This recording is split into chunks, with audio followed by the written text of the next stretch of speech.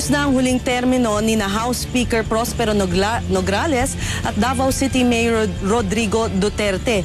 Pero posible namang mga kaanak nila ang maglaban-laban dito sa Davao City sa darating na halalan. Matindi ang magiging showdown ng dalawang bigatin sa politika ng Davao City sa 2010, Nograles versus Duterte. Huling termino na ni na Mayor Rodrigo Duterte at House Speaker Prospero Nograles. Pero pareho silang may tagapagmana. Si Attorney Carlo Nograles ang Chief of Staff ng Speaker, maaring kumandidato bilang congressman sa unang distrito. Si Vice Mayor Sara Duterte o si Konsehal Paulo Duterte naman ang maaring pumalit sa ama. He saw it fit to put me in charge of the congressional district in order to ensure that yung pagbibigay namin ng mga programa pati proyekto sa mga tao will not be compromised. So ikaw ang heir apparent, ha? Ikaw ang tigamana ng...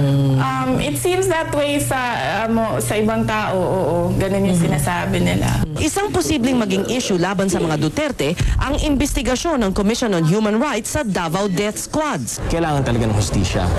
No, we can't just turn a blind eye on this. Ayaw namang tugunan ni Vice Mayor ang issue.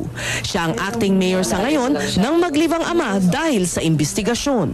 He would be the best person to answer all the questions about the Davao Death Squad. Malaki ang boto ng syudad ng Durian.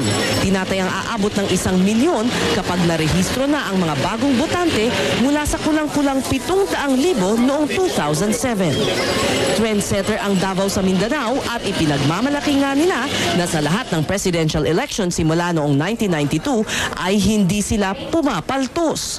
Kaya naman, halos lahat na ng mga sinasabing presidentiables ay dumayo dito kamakailan. Mula kay Villar, Rojas, Escudero at Legarda. Isa sa kanilang binisita ay si Pastor Apollo Kibuloy, ang itinuturing na Mike Velarde ng Mindanao.